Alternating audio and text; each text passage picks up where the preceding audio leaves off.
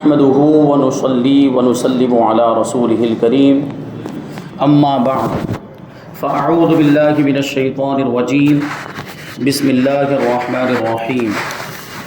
ان الله وملائكته يصلون على النبي يا ايها الذين آمنوا صلوا عليه وسلموا تسليما اللهم صل على سيدنا ومولانا محمد معدن الجود والكرم وآلہ الکرام وابنہ الکریم وبارک وسلم صلاۃ و سلاما علیک یا رسول اللہ صلی اللہ تعالی علیہ وسلم۔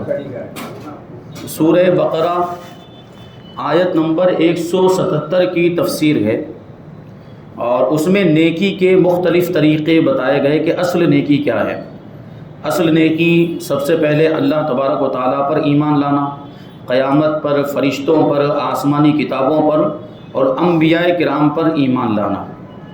اور اس کے بعد یہ فرمایا گیا تھا کہ اللہ کی محبت میں اپنا عزیز مال خرچ کریں۔ یہ بھی نیکیوں کی صورتوں میں سے ایک صورت ہے، یعنی اللہ کی راہ میں اپنا پیارا مال خرچ کرنا۔ تو اب یہاں پہ جو مختلف طریقے مال خرچ کرنے کے ہو سکتے ہیں، غریبوں کی، ضرورت مندوں کی، حاجت مندوں کی مدد کرنے کے جو ذریعے ہو سکتے ہیں، ان کو یہاں پہ تفصیل کے ساتھ بیان کریں گے کہ اس آیت میں مال دینے کے، مال خرچ کرنے کے 6 مصرف ذکر فرمائے گئے ہیں، یعنی 6 جگہیں ہیں جہاں پر مال خرچ کیا جائے تو اللہ کی راہ میں مال خرچ کرنے کا ثواب ملتا ہے، اور اللہ تبارک و تعالیٰ ایسے خرچ کیے ہوئے مال پر ثواب بھی عطا فرماتا ہے، اور اس کے بدلے میں ہمارے مال میں برکت بھی عطا فرماتا ہے۔ پہلی جگہ ہے رشتہ داروں پر خرچ کرنا۔ دیکھیں، سب سے پہلے ظاہر سی بات ہے، رشتہ داروں کا حق ہوتا ہے کہ وہ ہمارے قریبی ہوتے ہیں، تو رشتہ داروں میں اگر کوئی ضرورت مند ہے، کوئی حاجت مند ہے، تو پہلے ہمیں اس کا خیال کرنا چاہیے۔ رشتہ داروں کو چھوڑ کر دور والوں کی مدد کر رہے ہیں،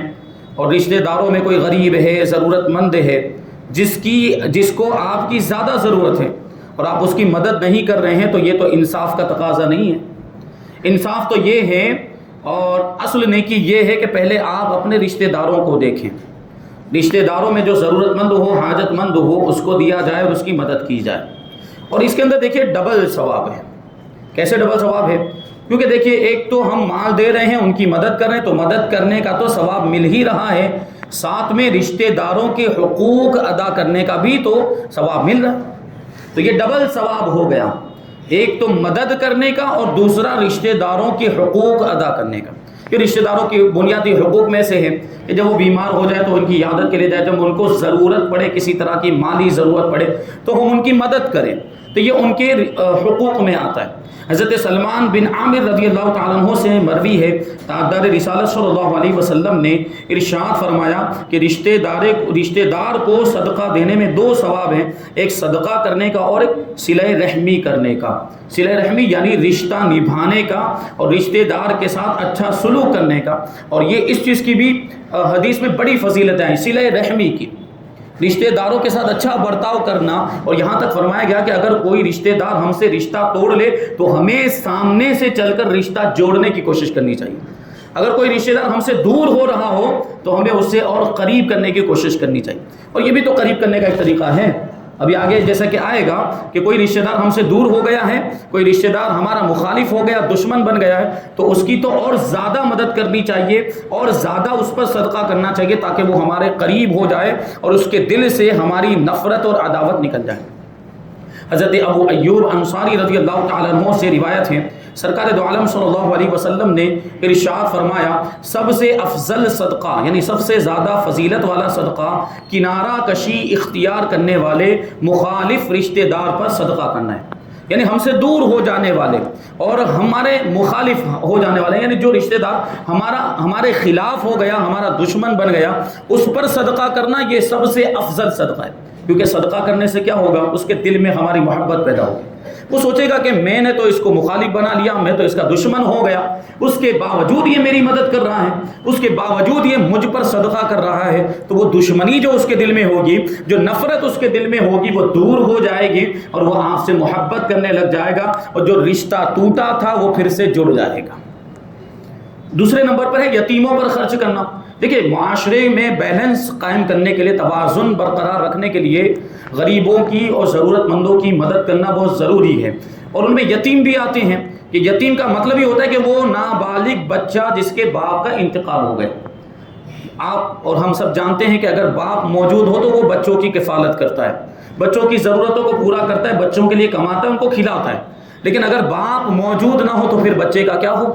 تو یتیم بچوں کا باپ نہیں ہوتا، اس لیے ان کو بہت زیادہ پریشانیوں کا سامنا کرنا پڑتا ہے، اور اگر ماں زندہ ہے تو ماں بسا اوقات اس کو بازار میں جا کر یا جو ہے کہ گھر سے باہر نکل کر کمانا پڑتا ہے، اور ان کی کیسی مجبوریاں ہوتی ہیں۔ آپ دیکھیں کہ یتیم بچوں کی مائیں کبھی کبھی گھروں میں کپڑے دھلتی ہوئی اور برتن مانجتی ہوئی بھی نظر آتی ہیں۔ تو یہ ہمارے معاشرے کی، یہ ہمارے لیے ایک افسوسناک بات ہے کہ یتیموں کی اگر ہم مدد کرتے، یتیموں پر اپنا مال خرچ کرتے تو ان کی ماؤں کو اس طرح گھر سے باہر نکلنے کی ضرورت نہیں پڑتی۔ تو یتیموں کا خاص ہمیں خیال رکھنا، اور یتیموں کی مدد کرنے میں بھی بہت زیادہ ثواب ہے، اور کتنا بڑا ثواب ہے یہ غور کریں گے آپ، اور جب سنیں گے تو آپ کا ایمان تازہ ہو جائے گا، اور آپ کے دل میں خود بخود یتیموں کی مدد کرنے کا جذبہ پیدا ہوگا۔ حدیث پاک ہے، حضرت سہل بن سعد رضی اللہ تعالیٰ عنہ سے روایت ہے کہ رسول اللہ صلی اللہ علیہ وسلم نے ارشاد فرمایا کہ جو شخص یتیم کی کفالت کرے، یعنی یتیم کی ضرورتوں کو پورا کرے، میں اور وہ کفالت کرنے والا دونوں جنت میں اس طرح ہوں گے۔ حضور پاک صلی اللہ علیہ وسلم نے کلمے کی انگلی اور بیچ کی انگلی سے اشارہ کیا، یعنی دو انگلیوں سے اس طرح اشارہ کیا، اور دونوں انگلیوں کے درمیان تھوڑا سا فاصلہ کیا۔ حضور نے یہ ارشاد فرمایا کہ یتیم کی ضرورتوں کو پورا کرنے والا اور میں جنت میں اس طرح ہوں گے، یعنی بالکل قریب ہوں گے، یعنی یہاں جیسے یہ انگلی ہے اور اس کے بغل میں یہ انگلی ہے، مطلب کیا ہے کہ جنت میں یتیم کی کفالت کرنے والا حضور کے قرب میں ہوگا، حضور کے پہلو میں ہوگا، اور حضور کے پڑوس میں ہوگا۔ اب غور تو کریں کہ جنت میں اللہ کے رسول صلی اللہ علیہ وسلم کہاں پر ہوں گے؟ جنت میں جو سب سے اعلیٰ مقام ہے جنت الفردوس،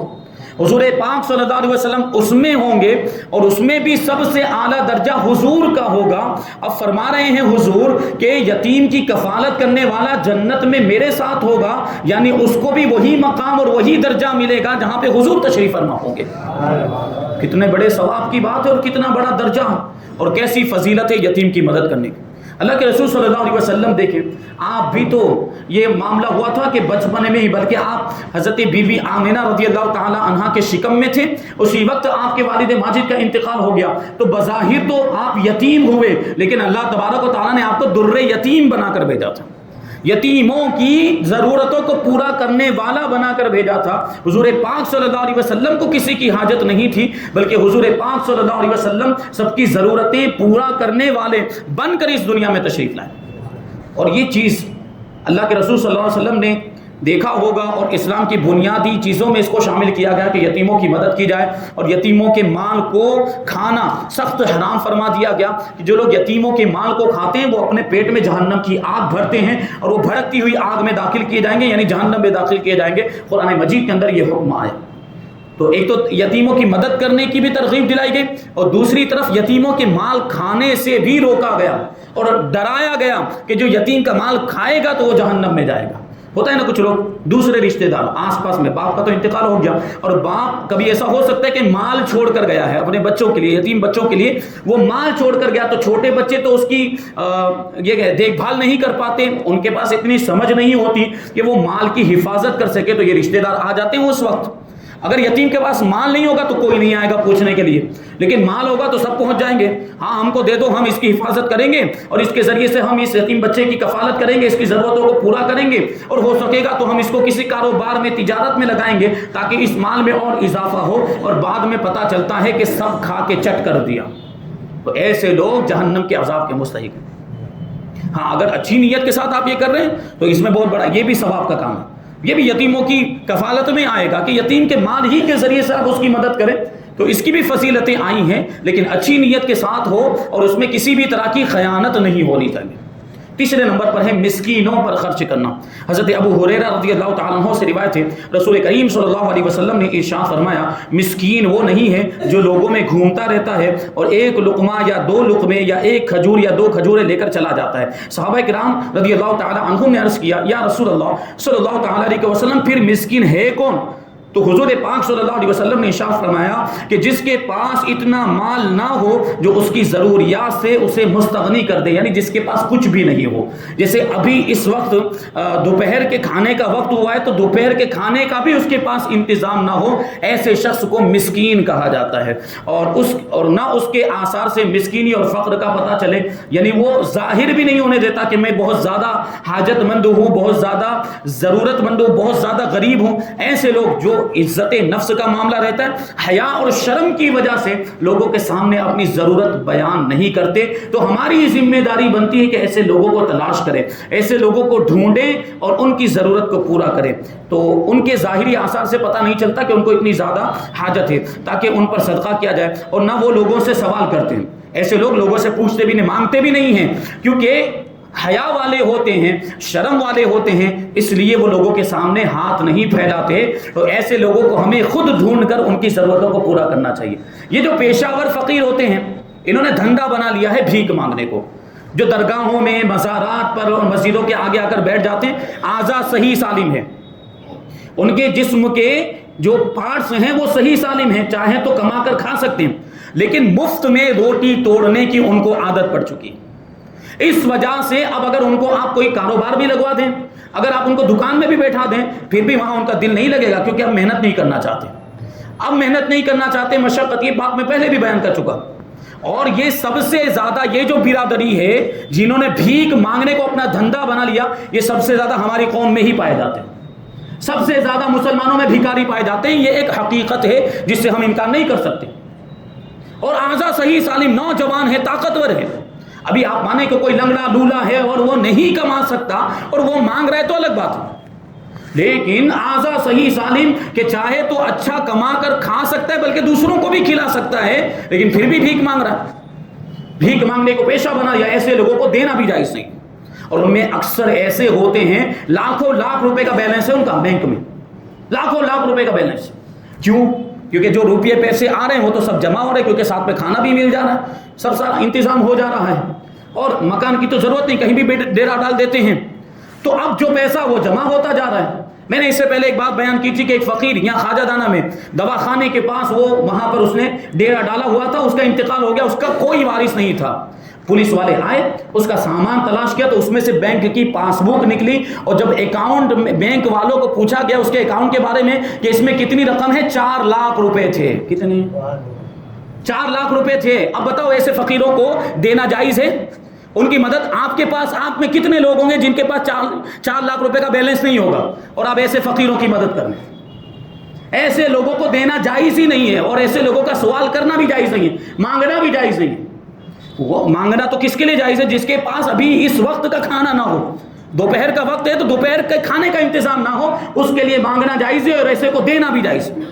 لیکن جن لوگوں کے پاس سامان موجود ہے، کھانے کا انتظام، آج کے کھانے کا، بلکہ ابھی کے اس وقت کے کھانے کا انتظام موجود ہے، تو وہ شام کے کھانے کے لیے نہیں مانگ سکتے. وہ شام کا وقت جب آئے گا تب دیکھا جائے گا. شام کا وقت آیا اور کھانے کا انتظام نہیں تو پھر مانگے. لیکن ان فقیروں کے پاس کا انتظام نہیں ہوگا. جو پیشہ ور فقیر، ان کی بات کرتا ہوں، جو واقعی حاجت مند ہیں، جو واقعی بھوکے ہیں اور ان کے پاس انتظام نہیں، ان کی بات نہیں کرتا.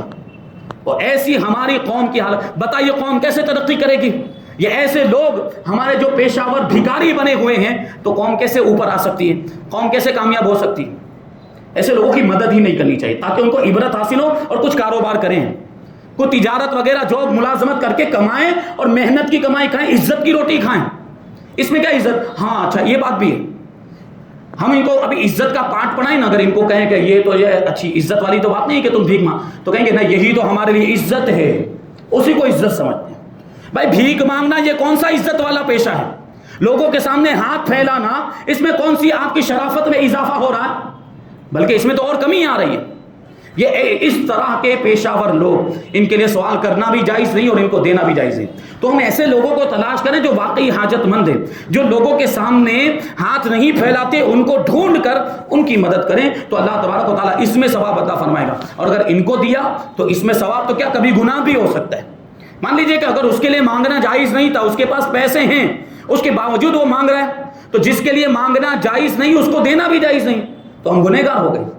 اس پر توجہ دیں۔ حضرت ابو ہریرہ رضی اللہ تعالیٰ عنہ سے روایت ہے، رسول اللہ صلی اللہ علیہ وسلم نے ارشاد فرمایا، ایک لقمہ روٹی اور ایک مٹھی خرما یعنی کھجوریں اور اس کی مثل کوئی اور چیز جس سے مسکین کو نفع پہنچے، ان کی وجہ سے اللہ تعالیٰ 3 شخصوں کو جنت میں داخل فرماتا ہے۔ ایک صاحب خانہ یعنی گھر کا جو بڑا آدمی ہے جس نے یہ روٹی بنانے کا حکم دیا، اور دوسری زوجہ یعنی اس کی بیوی جو اسے تیار کرے گی، ظاہر سی بات روٹی وہ بنائے گی، اور تیسرے نمبر پر ان کا خادم نوکر گھر میں کام کرنے والا جو مسکین کو یہ روٹی اور خرما دے کر آتا ہے، تینوں کو اللہ تبارک و تعالیٰ جنت میں داخل فرمائے گا۔ توجہ دیں، حقیقت میں صدقہ کون کر رہا ہے؟ گھر کا بڑا آدمی، اس کے مال سے وہ صدقہ ہوگا، جو بھی آٹا وغیرہ جو کچھ بھی خریدا جائے گا اس کے پیسوں سے خریدا جائے گا، اور اس کے پیسوں سے وہ روٹی تیار ہوئی۔ لیکن دیکھیں صرف اس کو ثواب نہیں مل رہا ہے اور صرف وہ جنت کا حقدار نہیں بن رہا، بلکہ اس کی بیوی بھی جنت کی حقدار بن جا رہی ہے، کیونکہ اس روٹی کو تیار تو اسی نے کیا، روٹی کو بنایا، آٹے میں پانی ملا کر اس کو گوندا، پھر اس کو سیکا، تیار کیا اسی نے، تو اس محنت کا اس کو یہ نتیجہ، یہ ثواب مل رہا ہے کہ اس کو بھی جنت۔ اچھا چلو یہاں تک تو بات سمجھ میں آئی کہ چلیے وہ شوہر نے مال خرچ کیا اور بیوی نے روٹی تیار کی، اب اس میں خادم کا کیا حصہ؟ نوکر اور جو ملازم ہے ہمارے گھر میں کام کرتا ہے اس میں کیا حصہ؟ اس کا کیا حصہ ہے؟ وہ تو عام طور پر خدمت کرتا ہی رہتا ہے، وہ تو ہمارے کام کرتا ہے، اس کا تو مطلب اس کی ذمہ داری یہ ہے کہ ہم اسے اگر کوئی کام سونپیں تو وہ کرے، اور بسا اوقات ہم اس کی تنخواہ بھی دیتے ہیں، وہ تنخواہ پر کام کرتا ہے، تو جب اس کو اس کی تنخواہ مل رہی پھر بھی اس کو جنت مل جا رہی ہے۔ اور اس کی وجہ یہ اللہ کے رسول صلی اللہ علیہ وسلم آگے ارشاد فرماتے ہیں کہ حمد ہے اللہ تعالیٰ کے لیے، یعنی ساری تعریفیں اللہ کے لیے ہیں جس نے ہمارے خادموں کو بھی نہیں چھوڑا بلکہ انہیں بھی جنت عطا فرماتی۔ کیوں؟ کیونکہ دیکھیں اگرچہ شوہر کے مال سے روٹی تیار ہوئی، اگرچہ بیوی نے تیار کی ہے، لیکن اس کو پہنچایا تو خادم نے ہے، مسکین تک لے کر گیا ہے خادم، یعنی صدقے کی تکمیل ہوئی تو اس میں خادم کا بھی کچھ نہ کچھ حصہ ہے، اگرچہ معمولی حصہ ہے لیکن خادم کا اور نوکر کا بھی اس میں حصہ ہے، اور اسی حصے کی وجہ سے اللہ تبارک و تعالیٰ اسے بھی جنت عطا فرما دیتا ہے۔ کتنا مہربان ہے ہمارا رب اور کتنا رحیم ہے، بس ہم ہی کوتاہی کر رہے ہیں، ہم اللہ تبارک و تعالیٰ کی رحمت کا حصہ حاصل کرنے میں ہم جو ہے کہ کمی کر رہے ہیں اور ہم ناکام ہو رہے ہیں، جبکہ اللہ تبارک و تعالیٰ نے تو اپنے رحمت کے دروازے کھولے ہوئے، لیکن ہم ہی ان دروازوں پر حاضر نہیں ہو رہے، ہم گناہوں میں مبتلا ہیں، ہم دنیا کے کاموں میں بیزی ہیں، اور ہمیں یہ سب چیزوں کی توفیق ہی نہیں ملتی کہ ہم غریبوں کی مدد کریں، ضرورت مندوں کی مدد کریں۔ دیکھیں ایک روٹی صدقہ کرنے کے بدلے میں 3 لوگوں کی بخشش ہو گئی، کتنا آسان ذریعہ ہے گناہوں کی بخشش کروانے کا۔ چوتھے نمبر پر ہے مسافروں پر خرچ کرنا۔ حضرت ابو ہریرہ رضی اللہ تعالیٰ عنہ سے روایت ہے کہ حضور پاک صلی اللہ علیہ وسلم نے ارشاد فرمایا، مومن کو اس کے عمل اور نیکیوں سے مرنے کے بعد بھی یہ چیزیں پہنچتی رہتی ہیں، یعنی ان چیزوں کا ثواب پہنچتا رہتا ہے۔ وہ کون سی چیزیں؟ علم جس کی اس نے تعلیم دی اور اشاعت کی، یعنی اگر کوئی عالم دین بنا، دین کی سمجھ حاصل کی اور پھر دوسروں کو علم پہنچایا، دوسروں کو دین کی تعلیم دی اس نے اور دوسروں کو عالم بنایا، اور ظاہر سی بات ہے جب وہ دنیا سے رخصت بھی ہو جائے گا تو یہ علم باقی رہے گا، یہ علم اس کے شاگرد آگے دوسرے لوگوں کو بتائیں گے، دوسرے لوگوں کو تعلیم دیں گے، دوسروں کو سکھائیں گے، تو جب تک یہ سلسلہ جاری رہے گا اس عالم کو، پہلے والے عالم کو اس کا ثواب ملتا ہی رہے گا۔ یہ صدقہ جاریہ ہے۔ تو اگر ہمیں ایک مسئلہ بھی معلوم ہونا تو ہمیں اسے آگے بڑھ، بس شرط یہ کہ یقین کے ساتھ معلوم ہونا چاہیے، شک اور شبہ کی وجہ سے ہوائی فائرنگ نہیں کرنی چاہیے، کیونکہ شریعت کے مسئلے کا معاملہ ہوتا ہے، ہم اپنے اندازے سے مسئلہ نہیں بتا سکتے، اجازت ہی نہیں ہے، بغیر علم کے فتویٰ دینا حرام ہے۔ تو جب تک یقینی طور پر معلوم نہ ہو تو ہمیں کوئی بھی بات آگے نہیں بڑھانی چاہیے۔ یہ ہو گیا۔ اور نیک اولاد، دوسرے نمبر پر نیک اولاد جسے چھوڑ کر وہ مرا ہے، کیونکہ اس نے صحیح تربیت کی، اولاد نیک کیوں بنی؟ ماں باپ کی تربیت کا اس میں کچھ نہ کچھ دخل ہوتا ہے، بلکہ زیادہ تر دخل اولاد کے نیک ہونے میں ماں باپ کی تربیت ہی کا ہوتا ہے۔ ماں باپ جیسی تربیت کریں گے ویسی اولاد ہوگی، ان کا اخلاق و کردار ہوگا۔ تو نیک اولاد کو چھوڑ کر مرا ہے تو ظاہر سی بات ہے نیک اولاد ہے تو اب ماں باپ کے لیے ایصال ثواب بھی پڑے گی، قرآن خوانی بھی کرے گی، ماں باپ کے لیے نیاز فاتحہ کا بھی انتظام کرے گی، ماں باپ کی قبر پر جا کر بھی وہاں پر وہ سورتیں وغیرہ پڑھے گی۔ اور ماں باپ کی یہ نیک اولاد اگر کسی کے ساتھ حسن سلوک کر رہی ہے، کسی کے ساتھ اچھے اخلاق کے ساتھ پیش آ رہی ہے، تو چونکہ اس کے اخلاق میں ماں باپ کا بھی حصہ ہے تو یہ جو بھی اب نیک کام کرے گا ماں باپ کو اس کا ثواب ملتا رہے گا۔ تو اولاد کی صحیح تربیت کریں، یہ اگر ہم نے صحیح تربیت کی ہوگی تو یہ اولاد ہمیں کام آئے گی۔ اور اگر غلط تربیت کر دی معاذ اللہ، ہم نے ان کو گناہوں کے راستے پر ڈال دیا تو یہ وبال جان بھی بن جائیں گے۔ یہ اولاد پھر اگر گناہ کرتی ہے اور ہم نے انہیں گناہ کے راستے پر ڈالا ہوا ہے، جیسے کچھ ماں باپ ایسے ہوتے ہیں جو بچوں کو گناہوں سے روکتے نہیں بلکہ گناہوں پر ابھارتے ہیں، فلم دیکھنے جائیں گے تو اپنے بچوں کو ساتھ میں لے کر جائیں گے، اور بے حیائی کا کام اگر کچھ ہو رہا ہوگا تو بچوں کو بھی اس میں شامل کر لیا جائے گا، تو یہ ماں باپ جو ہے یہ بڑے ہی گنہگار ہیں، اور ان کی اولاد اگر بعد میں بھی وہ عمل کرتی رہی تو اس کا گناہ انہیں ملے گا۔ تو اولاد کی صحیح تربیت کریں، اولاد نیک ہوگی تو بعد میں آپ کے لیے ایثار ثواب کرے گی، اور اگر ہم نے ان کو کچھ سکھایا ہی نہیں، اگر ہم نے ان کو صحیح تعلیم ہی نہیں دی، یہاں تک کہ بعض بچے ایسے ہوتے ہیں کہ ان کے ماں باپ نے ان کو قرآن بھی نہیں سکھایا ہوتا، اب کیا ہوتا ہے، ان کا انتقال ہو گیا تو اب ڈھونڈتے ہیں لوگ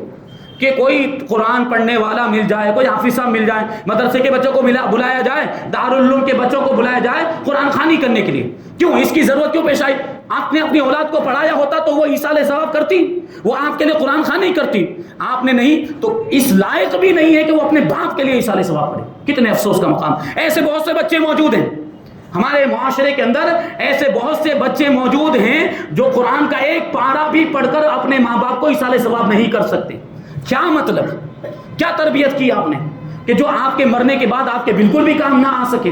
کیا آپ نے سب دنیاوی مال و دولت تو خوب کر دیا، ان کو دولت دے دی، گاڑیاں دلا دی، بنگلے کروا دیے، یہ ساری چیزیں تو یہی رہ جائے گی، جو چیزیں قبر میں آپ کو کام آنے والی تھی وہ تو آپ نے اولاد کو سکھائی ہی نہیں،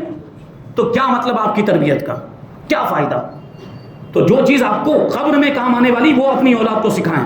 قرآن پڑھنا سکھائیں، دین کا صحیح علم دیں، دین پر عمل کرنا سکھائیں۔ اولاد آپ کے سکھانے کی وجہ سے دین پر عمل کرے گی تو پھر آپ کو قبر میں بھی اس کا ثواب ملے گا۔ ایک روایت میں تو یہاں تک آیا کہ ایک باپ اپنی بیوی کو وصیت کر کے چلا گیا، بچہ چھوٹا تھا، بولنے کے لائق نہیں تھا، تو بیوی کو وصیت کر کے چلا گیا کہ میرا بچہ جب بولنے کے لائق ہو جائے تو اس کو مدرسے میں داخل کر دینا اور قرآن کی تعلیم دلوانا۔ اب اس کا تو انتقال ہو گیا، اس کی وصیت کے مطابق جب وہ بچہ بولنے کے لائق ہوا، اس کی بیوی نے مدرسے میں اس کو داخل کیا، مدرسے میں جانے کے بعد پہلی مرتبہ جیسے ہی اس نے بسم اللہ الرحمن الرحیم پڑھا، قبر میں اس کے باپ کی مغفرت ہو گئی۔ کتنا بڑا ثواب، خالی بسم اللہ پڑھا ہے اس نے، خالی بسم اللہ، ابھی تو آگے کچھ بھی نہیں، پورا قاعدہ بھی نہیں پڑھا، ابھی تو اماں پارے میں بھی نہیں آیا، ابھی تو قرآن شریف میں بھی نہیں آیا، صرف بسم اللہ کی برکت یہ ظاہر ہوئی کہ باپ کے سارے گناہ معاف ہو گئے۔ اب سوچیں آپ نے اگر پورا قرآن پڑھایا ہوگا اپنے بچے کو صحیح طور پر، اگر آپ نے دین کی ضروری تعلیم دی ہوگی اپنے بچے کو، اگر آپ نے دین پر عمل کرنا سکھایا ہوگا اپنے بچے کو، اور اگر اللہ نے توفیق دی، اگر اپنے بچے کو حافظ قرآن اور عالم دین بنا دیا تو اس کے ثواب کا تو آپ اندازہ ہی نہیں لگا سکتے۔ یہ عالم دین اور حفاظ تو دوسروں کی شفاعت کریں گے قیامت میں، دوسرے لوگ جو ان سے محبت کرنے والے ہوں گے، جو علماء کے پاس بیٹھنے والے ہوں گے، جو علماء کی صحبت میں رہنے والے ہوں گے، علماء ان سب کی شفاعت کریں گے، تو کیا اپنے ماں باپ کو چھوڑ دیں گے؟ تو کوشش کریں اپنے بچوں کو صحیح تعلیم دینے کی۔ تو یہ اولاد جسے چھوڑ کر مرا ہے اس کا ثواب بھی اس کو ملے گا، یا مصحف جسے میراث میں چھوڑا، یعنی قرآن شریف کا نسخہ، قرآن شریف اس کا خود کا تھا اور وہ چھوڑ کر گیا، اب ظاہر سی بات بعد میں لوگ اس کو پڑھتے رہیں گے، اس کے وارثین، اس کی اولاد میں جو بھی لوگ قرآن شریف کو پڑھتے رہیں گے تو اس کا ثواب اس کو ملتا رہے گا۔ اسی وجہ سے تو کہتے ہیں وہ یہاں وقف کرتے ہیں، مسجد کے اندر وقف کے اندر قرآن شریف دیا جاتا ہے، وقف کرتے ہیں، پارے دیے جاتے ہیں، اس کا مقصد ہی یہ ہوتا ہے کہ ہم نے یہاں پر ہمارے فلاں مرحوم کے لیے جو پارے دیے ہیں، جب تک مسجد کے اندر اس کی تلاوت ہوتی رہے گی مرحوم کو ثواب ملتا رہے گا۔ یہ سارے ثواب کا یہی تو مطلب ہے۔ تو اگر ہم قرآن کا نسخہ چھوڑ کر جائیں گے اور اس میں لوگ پڑھیں گے تو اس کا بھی ہمیں ثواب ملے گا۔ یا مسجد بنا دی، مسجد بنانے کا تو یوں تو بڑا ثواب ہے، بڑی فضیلت، اور یہ ثواب جاریہ اور صدقہ جاریہ بھی اس اعتبار سے کہ ہم نے مسجد تعمیر کر دی یا مسجد میں حصہ دیا، اگرچہ ہم نے ایک اینٹ ہی کیوں نہ دی ہو، یہ بھی غور کریں۔ ہر آدمی اپنی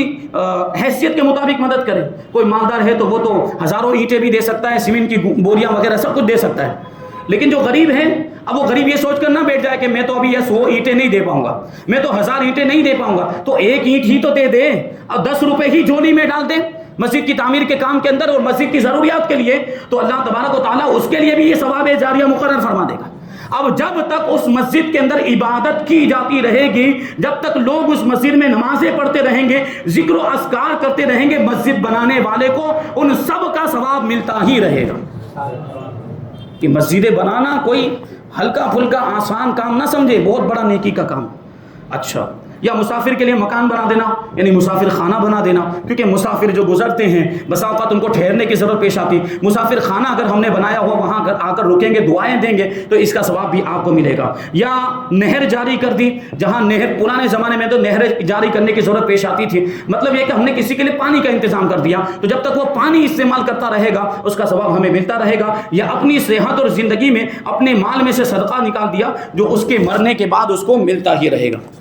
ابھی اور بہت ساری باتیں اس میں باقی ہیں، انشاءاللہ تبارک و تعالیٰ ان کو آئندہ جمعرات کو جو ہمارا تفسیر کا دن ہے، ظہر کی نماز کے بعد ہر ہفتے یہ تفسیر کا درس ہوتا ہے، تو آپ سب سے گزارش ہے کہ یہ تفسیر کے درس میں پابندی کے ساتھ شرکت کریں، جس طرح جمعہ میں آتے ہیں تفسیر میں بھی آئیں، اور پیر کے دن سوموار کے دن ظہر کی نماز کے بعد سیرت مصطفیٰ کا درس ہوتا ہے، اور ابھی بہت ہی دلچسپ بیان اس میں جاری ہے طب نبوی کا، یعنی حضور پاک صلی اللہ علیہ وسلم نے جو علاج کے طریقے بتائے، جو دوائیں بتائی ہیں اور جو چیزوں کے فوائد بتائے ہیں کہ یہ چیز استعمال کرے تو یہ فائدہ ہوگا، یہ بیماری دور ہو جائے گی، ان ساری چیزوں کا بیان ہو رہا ہے اور وہ جاری ہے، تو اس میں آپ شرکت کریں تاکہ زیادہ سے زیادہ آپ کو فائدہ ہو۔ اللہ تبارک و تعالیٰ کی بارگاہ میں دعا ہے کہ جو کچھ بھی بیان ہوا اس پر مجھے آپ کو ہم سب کو عمل کرنے کی توفیق عطا فرمائے، اور نور قرآن سے ہم سب کے دلوں کو روشن اور منور فرمائے۔ وما علینا الا البلاغ۔ السلام علیکم۔